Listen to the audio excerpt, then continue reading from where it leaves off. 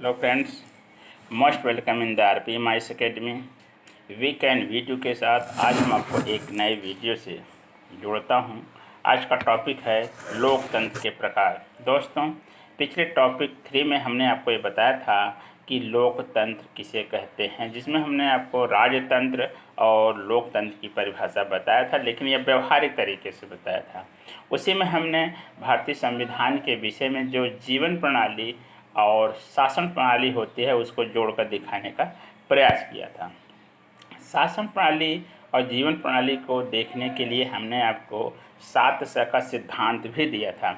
वह 7 का सिद्धांत था संविधानवाद, स्वतंत्रता, समानता, सहभागिता, सहिष्णुता, समायोजन और संवाद।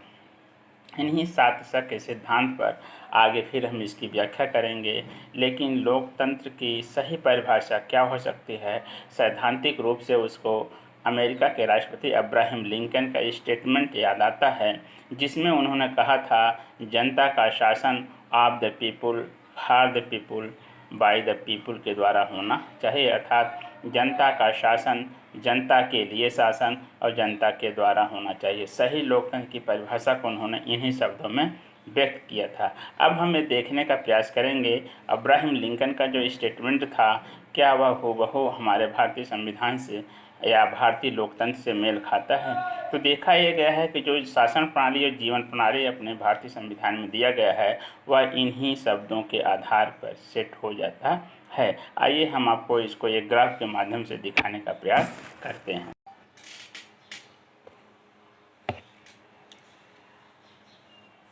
अब्राहम लिंकन द्वारा लोकतंत्र के विषय में बताया गया था कि शासन कैसे होना चाहिए। ऑफ द पीपुल अर्थात जनता का शासन, फॉर द पीपुल यानी जनता के लिए शासन, बाय द पीपुल यानी जनता के द्वारा शासन। जनता का शासन कैसे होना चाहिए, इसको दिया गया है कि यह संविधानवाद के माध्यम से होता है, या स्वतंत्रता के माध्यम से होता है, या समानता के माध्यम से होता है।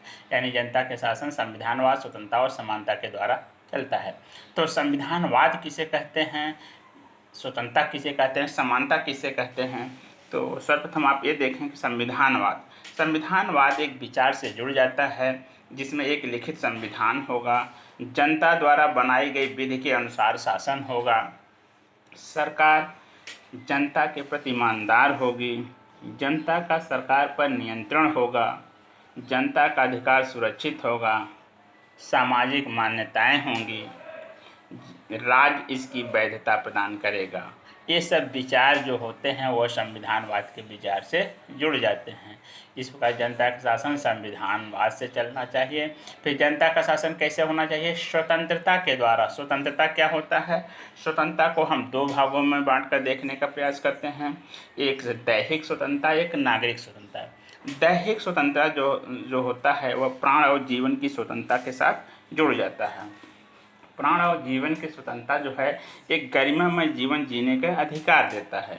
वहीं नागरिक स्वतंत्रता के रूप में कई स्वतंत्रताएं आपके सामने दिखती हैं, जिसे विचार की स्वतंत्रता, अभिव्यक्ति की स्वतंत्रता, विश्वास की स्वतंत्रता, धर्म की स्वतंत्रता, उपासना की स्वतंत्रता, व्यापार, वाणिज्य, संगठन आदि बनाने की स्वतंत्रता आदि से जुड़ जाती है। इस प्रकार देखा जाए तो संविधानवाद और स्वतंत्रता 2 टॉपिक हो गए। अगला टॉपिक है समानता। जनता का शासन कैसे होना चाहिए, समानता के भाव से होना चाहिए। समानता का भाव क्या होता है, समानता यहाँ प्रतिष्ठा और अवसर की समानता की बात करती है।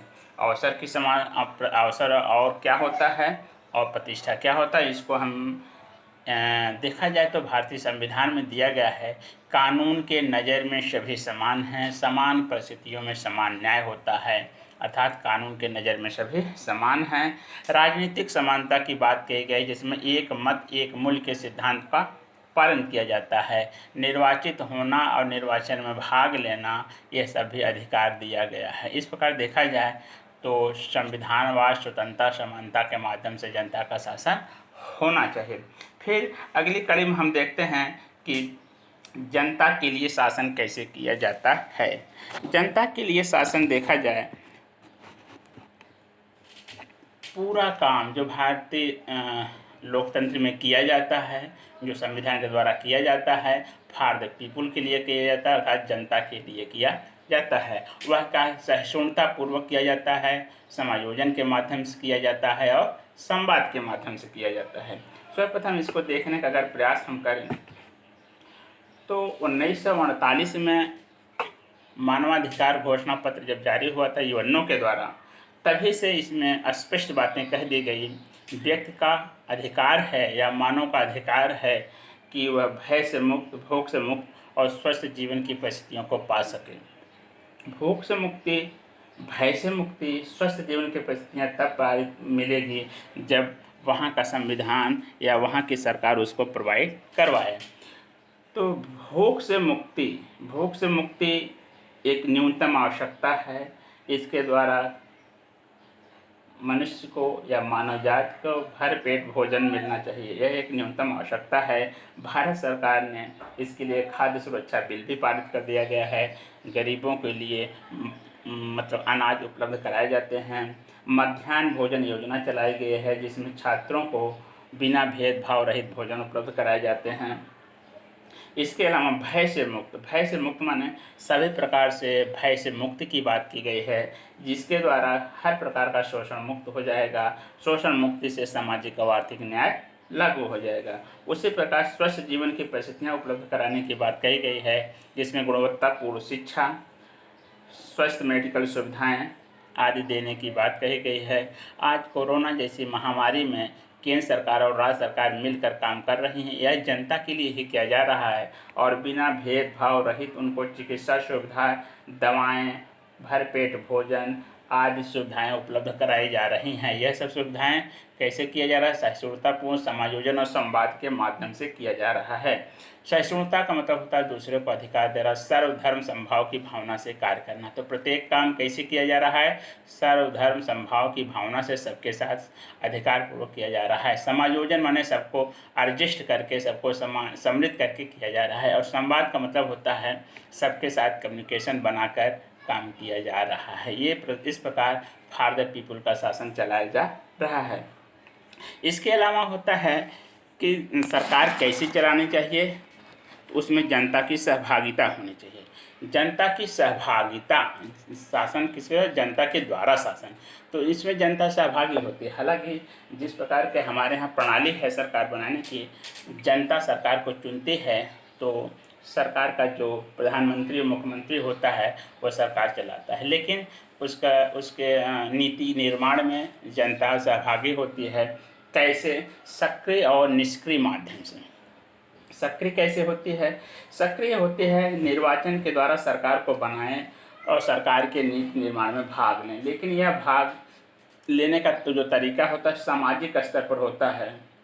सामाजिक नीतियों को बनाने में इनके जो व्यक्तियों का भाग सुनिश्चित हो, इसके लिए समुदाय स्तर पर एक ग्रुप बना लिया जाता है, एक प्रेशर ग्रुप का काम करते हैं। यह प्रेशर ग्रुप जो है सरकार के ऊपर दबाव डालते हैं और यह व्यक्ति और सरकार के बीच सेतु का कार्य करते हैं। यह दबाव ग्रुप अच्छे कार्यों को पुरस्कार देती है और बुरे कार्यों का मतलब सुधार करने का अवसर भी देता है। सरकार के साथ जिंदाबाद मुर्दाबाद करने के लिए तैयार रहते हैं, अर्थात व्यक्ति की बात को सरकार तक पहुंचाते हैं और नीति निर्माण में भाग भी लेते हैं। एक निष्क्रिय सहभागिता होती है। निष्क्रिय सहभागिता होती है निर्वाचन में तो भाग लेते हैं, लेकिन वोट देकर, मतदान देकर भूल जाते हैं, दोबारा फिर 5 साल बाद करते हैं। अर्थात सरकार के अच्छे बुरे कार्यों को बहुत बड़ा ये लोग विरोध और मतलब अच्छाई या बुराई के लिए आगे नहीं आते हैं। इस प्रकार जनता सहभागी होती है सक्रिय और निष्क्रिय माध्यम से। इस प्रकार हम आपको लोकतंत्र का जो परिभाषा होता है, of the people, for the people, by the people के सिद्धांत पर देखा जाए, 7 का सिद्धांत जो भारतीय संविधान में है और जो एक लोकतंत्र की 7 स्तंभ हैं, उसको हमारा संविधान फुलफिल करती है। अर्थात हमारा संविधान एक संसदीय सरकार के तहत इसी लोकतंत्र के आधार पर चलाई जा रही है। आगे हम आपको लोकतंत्र के प्रकार को समझाने का प्रयास करेंगे। लोकतंत्र कितने प्रकार का होता है? पूरे विश्व में देखा जाए तो लोकतंत्र के जो प्रकार बताए गए हैं, यह 2 आधारों पर लोकतंत्र को बांटने का प्रयास किया गया है। 2 आधार क्या क्या हो सकते हैं? 2 आधार ये हो सकते हैं कि संरचना के आधार पर लोकतंत्र और शक्ति के आधार पर लोकतंत्र। संरचना के आधार पर लोकतंत्र को पुनः हम 2 भागों में बांटते हैं। संरचना के आधार पर लोकतंत्र को हम पुनः दो भागों में बांटते हैं। एक कहते हैं संसदीय लोकतंत्र। संसदीय लोकतंत्र, संसदीय लोकतंत्र का उदाहरण है यूनाइटेड किंगडम और इंडिया। एक होता है अध्यक्षात्मक लोकतंत्र। अध्यक्षात्मक लोकतंत्र का उदाहरण है यूएसए। शक्ति के आधार पर लोकतंत्र को हम पुनः दो भागों में बांटते हैं। एक एकात्मक लोकतंत्र यूनिटरी सिस्टम होता है और एक होता है संघात्मक लोकतंत्र। अब संघात्मक लोकतंत्र को पुनः हम दो भागों में बांटते हैं। एक होता है संघ के शक्ति जब स्पष्ट कर दी जाए, या दूसरा होता है संघ और राज्य दोनों की शक्ति जब स्पष्ट कर दी जाए। संघ की शक्ति जब स्पष्ट कर दी जाती है तो इसका एक उदाहरण है यूरोपीय यूनियन। और जब संघ और राज्य दोनों की शक्ति स्पष्ट कर दी जाए पुनः यह दो भागों में बढ़ जाती है। एक होता है अवशिष्ट शक्तियों जब राज्यों को दे दिया जाता है, उसका उदाहरण है यूएसए। और अवशिष्ट शक्तियाँ जब केंद्र को में डाल दी जाती हैं, उसका उदाहरण है इंडिया और कनाडा। इस प्रकार लोकतंत्र को हम इतने भागों में बांटने का प्रयास करते हैं। आइए हम सबकी एक एक करके विशेषता बताने का प्रयास करते हैं।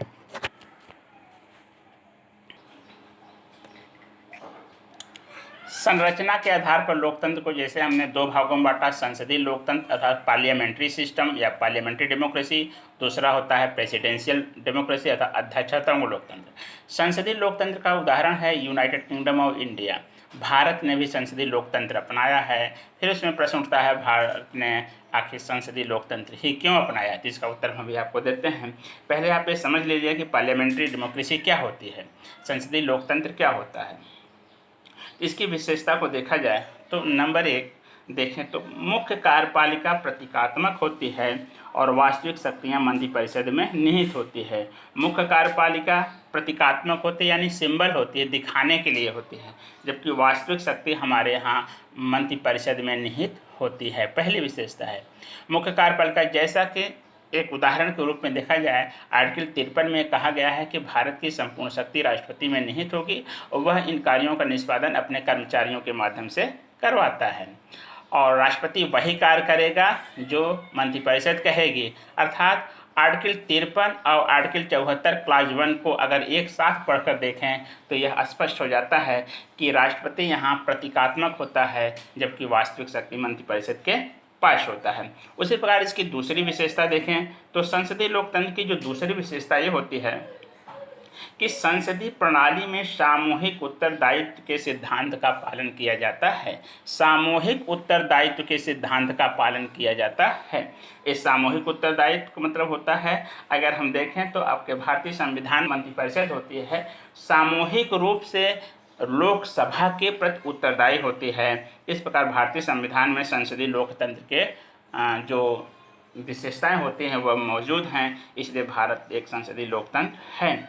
उसी प्रकार इसकी तीसरी विशेषता अगर देखा जाए तो तीसरी विशेषता यह है कि संसदीय प्रणाली में कार्यपालिका और विधायिका के बीच स्पष्ट विभाजन नहीं होता है। यानी कार्यपालिका विधायिका अलग अलग नहीं होती, बल्कि कार्यपालिका और विधायिका के बीच स्पष्ट विभाजन नहीं होता है। अर्थात कार्यपालिका और विधायिका में शक्तियों का एक दूसरे से लेन देन लगाता है, यानी समन्वय पूर्वक कार्य किया जाता है, जबकि न्यायपालिका अलग होती है। यह संसदीय लोकतंत्र की विशेषता होती है। इस प्रकार देखा जाए तो भारतीय संविधान में संसदीय लोकतंत्र के सभी गुण मौजूद हैं, इसलिए भारतीय संविधान या भारतीय लोकतंत्र संसदीय लोकतंत्र है। अब एक कारण ये बनता है आखिर भारत इस संसदीय लोकतंत्र को क्यों अपनाया। तो वह एक जैसा कि आप जानते हैं कि अंग्रेज भारत पर शासन किए थे और इनका शासन पूरे भारतीय राजनीति पर अपनी पकड़ बना चुका था। इसके द्वारा उन्होंने एक प्रक्रिया शुरू किया था जिसे हम सर्वप्रथम 1773 ईस्वी में देखते हैं, जिसे रेगुलेटिंग एक्ट के माध्यम से देखते हैं, जो अधिनियम के द्वारा होता है। तभी से लेकर 1947 तक जितने भी अधिनियम बने थे वो सब भारतीय संविधान में मौजूद हैं। इस प्रकार देखें 1776 का रेगुलेटिंग एक्ट, फिर 1774 का एक्ट, फिर 1784 का एक्ट, फिर 1786 का एक्ट, फिर 1793 का एक्ट, फिर 1813 का एक्ट, फिर 1833 का एक्ट, फिर 1853 का एक्ट, फिर 1858 का एक्ट, फिर 1861 का एक्ट, फिर 1892 का एक्ट, फिर 1909 का एक्ट, फिर 19 सेट। इस प्रकार से देखा जाए स्वतंत्रता के पहले जो है भारतीय शासन प्रणाली में इतने अधिनियम जुड़ चुके थे। फिर विरासत के रूप में देखा जाए तो 1935 का जो संविधान बना था, एक तरह से इस वर्तमान संविधान का आधा भाग 1935 में ही बन चुका था, इस जिसके द्वारा शासन प्रणाली चलाई जा रही थी। इसके अलावा संसदीय लोकतंत्र को अपनाने का एक जो विशिष्ट कारण ये होता है, जो हमारा नेतृत्व था, जो राष्ट्रीय आंदोलन का नेतृत्व संभाले हुए नेता थे, उन लोगों का शिक्षण प्रशिक्षण जिस रूप में हुआ था, वे नेता थे, वकील थे, कैम्ब्रिज विश्वविद्यालय से पढ़े लिखे थे, अर्थात अंग्रेजी शिक्षा में पढ़े लिखे थे, और ब्रिटेन के साथ एक शास्त्रीय संबंध बना हुआ था, और उनके हर नीतियों को, उनके संसदीय प्रणाली की नीतियों को अच्छी तरह से उन्हीं की भाषा में सीख चुके थे। इसलिए हमारा राष्ट्रीय आंदोलन उन्हीं के नेतृत्व में आगे बढ़ रहा था। इसलिए उस अधिनियम को हम अच्छी तरह से जानते थे, इसलिए विरासत के रूप में उसको अपनाना हमें आसान था। इसके अलावा हमारा विविधता भरा देश था, बहुलवादी समाज था, वर्ग, जात, समुदाय, क्षेत्र के आधार पर बटा हुआ समाज था। फिर अशिक्षा थी, फिर चेतना का अभाव था, जिसके माध्यम से हमें संविधान, स्वतंत्रता, समानता, सहभागिता, सहिष्णुता, समायोजन, संवाद के माध्यम से एक करके जोड़ना था। इस आधार पर अगर हम देखें तो हमें यही प्रणाली सहज थी, जिसको हमें अपनाना आवश्यक हो गया। तो इसके अलावा सामूहिक उत्तरदायित्व का सिद्धांत भी अपनाना था, जिसमें विधायिका और कार्यपालिका समन्वय रूप से कार्य कर सके। यह एक सहज प्रक्रिया हमें संसदीय लोकतंत्र में ही देखने को मिलता है, इसलिए भारत ने संसदीय लोकतंत्र को अपनाया। इसके अलावा अब हम आपको अध्यक्षात्मक लोकतंत्र की विशेषता बताने का प्रयास करते हैं। अध्यक्षात्मक लोकतंत्र का मतलब होता है प्रेसिडेंशियल रूल, अर्थात जहाँ के राष्ट्राध्यक्ष ही शासन अपने हाथ में लेते हैं। जैसे इसका उदाहरण मैंने यूएसए को बताया है। इसकी विशेषता ये होती है कि मुख्य कार्यपालिका ही वास्तविक कार्यपालिका होती है। मुख्य कार्यपालिका ही वास्तविक कार्यपालिका होती है। जैसे अमेरिका में देखा जाए तो राष्ट्रपति ही पूरी शक्ति का मालिक राष्ट्रपति होता है, यानी वास्तविक कार्यपालिका कौन है? राष्ट्रपति ही है। तो वहाँ प्रतीकात्मक रूप में कुछ नहीं है, बल्कि मुख्य कार्यपालिका ही वास्तविक कार्यपालिका होती है, जैसे कि अमेरिका में होता है। फिर दूसरी विशेषता है मंत्रिपरिषद राष्ट्रपति के प्रति उत्तरदायी होती है। राष्ट्रपति यहाँ जो मंत्रिपरिषद बनते हैं, अमेरिका की जो मंत्रिपरिषद बनते हैं, राष्ट्रपति चुनने के बाद अपने अनुसार अपना मंत्रिपरिषद गठित करते हैं, अर्थात जब वहाँ का शासनाध्यक्ष अपने अनुसार ही मंत्रिपरिषद गठित करेगा, तो गठित हुई मंत्रिपरिषद उन्हीं के प्रति उत्तरदायी होती है। तो यह अध्यक्षात्मक प्रणाली की एक विशेषता बन जाती है कि मंत्रिपरिषद राष्ट्रपति के प्रति उत्तरदायी होती है। फिर तीसरी विशेषता ये होती है कि विधायिका, कार्यपालिका और न्यायपालिका के बीच शक्तियों का स्पष्ट विभाजन होता है। तो अमेरिका में कार्यपालिका, विधायिका और न्यायपालिका तीनों अलग अलग होती हैं। यह एक अध्यक्षात्मक लोकतंत्र की विशेषता होती है, और भारत ने इसको नहीं अपनाया है। अब हम आपको शक्ति के आधार पर लोकतंत्र को कितने भागों में बांटा गया है, इसको दिखाने का प्रयास करते हैं। शक्ति के आधार पर लोकतंत्र को देखा जाए, शक्ति के आधार पर लोकतंत्र को हम दो भागों में बांटे थे, जिसमें एक था एकात्मक लोकतंत्र। एकात्मक लोकतंत्र का मतलब होता है कि यूनिटरी डेमोक्रेसी। यूनिटरी का मतलब होता है एकात्मक। इसकी विशेषता क्या होती है? इसकी विशेषता होती है कि संपूर्ण शक्ति जो है संविधान द्वारा केंद्रीय सरकार में निहित रहती है, और क्षेत्रीय इकाइयों केंद्र सरकार के सहयोगी के रूप में कार्य करती हैं। संपूर्ण शक्ति क्या होता है? संविधान के द्वारा केंद्रीय सरकार में निहित होता है। अर्थात दिखाने के प्रयास में अगर हम आपको दिखाएं तो यह कह सकते हैं कि संपूर्ण शक्ति केंद्र में निहित होती है, और एक लिखित संविधान के माध्यम से होता है, जो कि क्षेत्रीय इकाइयाँ माने जो राज्य होते हैं, ये जो राज्य होते हैं केंद्र के सहयोगी के रूप में कार्य करते हैं, जबकि संपूर्ण शक्ति किसके पास होती है? केंद्र के पास होती है। और जो क्षेत्रीय इकाइयों का स्रोत होता है वो संविधान न हो करके, जो क्षेत्रीय इकाइयाँ हैं इसका जो शक्ति का स्रोत होता है वो संविधान नहीं होता, संविधान में नहीं चर्चा की, बल्कि यह केंद्र के द्वारा डेलीगेटेड पावर होता है, केंद्र के द्वारा दिए गई शक्ति होती है। और जब कोई शक्ति डेलीगेट की जाती है, पावर दी जाती है, तो पावर ली भी जा सकती है। अर्थात केंद्र ही राज्यों को शक्ति देता है कार्य करने के लिए, फिर शक्ति को वापस ले लेता है। अर्थात संपूर्ण शक्ति किसके पास होती है? केंद्र के पास होती है। इस प्रकार के लोकतंत्र को हम एकात्मक लोकतंत्र कहते हैं। हालांकि यह एकात्मक लोकतंत्र जो होता है शक्ति अपने पास संपूर्णता में रख लेती है, जो एक तानाशाह सरकार होने के गुण में आते हैं। फिर अगला है संघात्मक लोकतंत्र। संघात्मक लोकतंत्र को जैसे हमने आपको बताया कि दो भागों में बांटे। संघ की शक्ति जब स्पष्ट कर दी जाए, संघ और राज्य दोनों की शक्ति जब स्पष्ट की। संघ की शक्ति का मतलब होता है, आप देखने का प्रयास करें, केंद्र का मतलब संघ होता है। संघ का मतलब होता है जब संघ की शक्ति स्पष्ट कर दीजिए, बाकी शक्तियां किसके पास हैं इस निश्चित नहीं है। जब केंद्र की शक्ति स्पष्ट कर दी, यानी जब भी कोई संघ बने और राज्य बने या इकाई बने तो इसकी शक्ति स्पष्ट कर दी, बाकी सब शक्तियां नहीं, तो ऐसे लोकतंत्र को क्या कहते हैं। फिर जब केंद्र यानी संघ और राज्य दोनों की शक्तियां स्पष्ट कर दीजिए तब क्या कहते हैं। इसके आधार पर ही हमने आपको एक उदाहरण देने की कोशिश किया है। जैसा कि आप जानते हैं कि यूरोप के देशों का एक संगठन बना है जिसे यूरोपीय यूनियन कहते हैं, ईयू कहते हैं। यूरोपीय यूनियन एक तरह का लोकतंत्र है, लोकतांत्रिक प्रक्रिया पर कार्य करती है। तो लोकतंत्र में यूरोपीय यूनियन की शक्ति स्पष्ट कर दी है, जिसका आप जानते हैं इसका मुख्यालय यूरोप में ब्रुसेल्स में है। यूरोपीय यूनियन को क्या कहा गया है कि उसकी 3 शक्तियाँ स्पष्ट कर दी हैं। क्या है? मुद्रा सुरक्षा सेवाएँ। मुद्रा यानी पूरे यूरोप की मुद्रा एक होगी जिसे यूरो आप कहते हैं। पूरे यूरोप की सुरक्षा जो होती है नाटो सैनिकों द्वारा संभाली जाती है। नाटो सैनिक क्या होते हैं? यह नॉर्थ अटलांटिक ट्रीटी ऑर्गेनाइजेशन है जो पूरे यूरोप के सुरक्षा की गारंटी लिए हुआ है। और फिर पूरे यूरोप की जो संचार होते हैं, एविएशन सिस्टम होते हैं, एक तरह से परिवहन, हवाई जहाज उड़ाने की प्रक्रियाएं जो होती हैं, इस तरह की कम्युनिकेशन एक होती है। अर्थात मुद्रा सुरक्षा संचार पूरे यूरोप की एक है। इसके अलावा सब शक्तियाँ सब देशों के पास हैं। यह भी एक तरह का लोकतंत्र का उदाहरण है।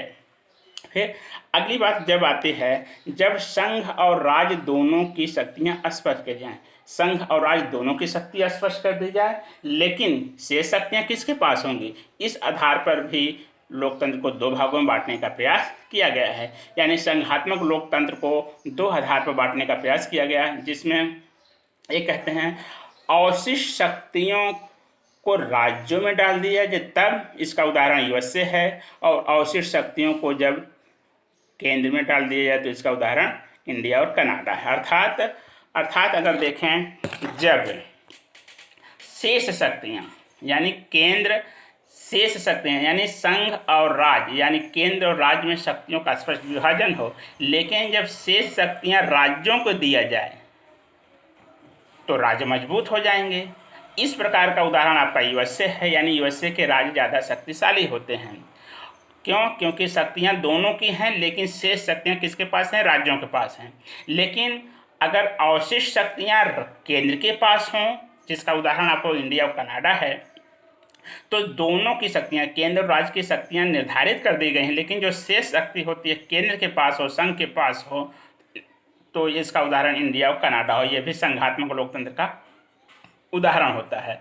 अब यह टॉपिक थोड़ा महत्वपूर्ण हो जाता है, क्योंकि यह संघ कैसा संघ होता है, इसी को इस तरह का उदाहरण है, कोसीफेडरल की समस्या आती है, एक परिसंघ है कि संघ है। यह एक बार फिर हम आपको जब आर्टिकल 1 भारतीय संविधान का भाग 1 आर्टिकल 1 समझाएंगे तो फिर उसमें संघ और राज्य के हम बातें बताएंगे। ये इस प्रकार से हम देखा जाए तो संघात्मक लोकतंत्र की क्या विशेषताएं होती हैं, सबकी सामूहिक विशेषता बताने का प्रयास करते हैं। संघात्मक लोकतंत्र की विशेषता, पहली विशेषता तो ये होती है कि यहाँ द्वैध शासन पद्धति होती है। द्वैध माने दोहरी शासन की पद्धति होती है, यानी केंद्र और राज्य की अपनी अपनी शासन पद्धतियाँ होती हैं। संस्थाएं दोहरी प्रवृत्ति की होती हैं, जैसे नागरिकता न्यायपालिका दोहरी प्रवृत्ति, यानी संघ और राज्य की अलग अलग न्यायपालिका होती हैं। फिर शक्तियों का विभाजन केंद्र और राज्य में स्पष्ट तरीके से किया जाता है और वह लिखित संविधान के माध्यम से होता है। लिखित संविधान के माध्यम से शक्तियाँ बांटी जाती हैं। फिर अगली विशेषता यह है कि यह संविधान के सर्वोच्चता के सिद्धांत का पालन किया जाता है। यहाँ क्या किया जाता है? संविधान की सर्वोच्चता का सिद्धांत पालन किया जाता है। संविधान ही सर्वोच्च होता है। फिर अगली विशेषता यह है कि यहाँ स्वतंत्र न्यायपालिका होगी जो संविधान की व्याख्या करती है। संविधान की व्याख्या करने के लिए क्या होता है? एक स्वतंत्र न्यायपालिका होती है जो। फिर अगली विशेषता क्या है? केंद्र में राज्यों का प्रतिनिधित्व सुनिश्चित करने के लिए एक सदन का निर्माण किया जाता है जिसे आप राज्यसभा कहते हैं। तो भारत में लोकसभा, राज्यसभा है। राज्यसभा जो है राज्यों का प्रतिनिधित्व करती है, यानी संघात्मक लोकतंत्र की बात को स्पष्ट करता है तो राज्यसभा करता है। इस प्रकार देखा जाए तो लोकतंत्र जो होता है संसदीय लोकतंत्र, अध्यक्षात्मक एकात्मक लोकतंत्र और संघात्मक लोकतंत्र होते हैं। इस प्रकार दोस्तों हम आपको व्यवहारिक और सैद्धांतिक रूप से लोकतंत्र को स्पष्ट करने का प्रयास किया हूँ। आप बार बार इस वीडियो को देखिएगा, आपको प्रत्येक समस्या का हल यहाँ से निकल जाएगा। आपको एक अच्छी तरीके से लोकतंत्र को जानने का प्रयास करना चाहिए। इस प्रकार हम देखें तो आपको हम संरचना के आधार पर लोकतंत्र और शक्ति के आधार पर लोकतंत्र को बता दिया हूँ। संरचना के आधार पर लोकतंत्र जो होता है वह संसदीय डेमोक्रेसी होती है, यानी एक तरह पार्लियामेंट्री सिस्टम की बात करता हूँ, एक अध्यक्षात्मक लोकतंत्र की बात करता हूँ, फिर उसी में आपको एकात्मक लोकतंत्र और संघात्मक लोकतंत्र की बात करता हूँ। यह वीडियो आपको पसंद आए तो आप लाइक करिएगा, शेयर करिएगा, कमेंट करिएगा, सब्सक्राइब करने से मत भूलिएगा। अगले वीडियो का आप इंतज़ार करिए, बहुत जल्द ही हम अगले टॉपिक में आपको अच्छी तरह से समझाने का प्रयास करूँगा। Okay bye, thanks for all.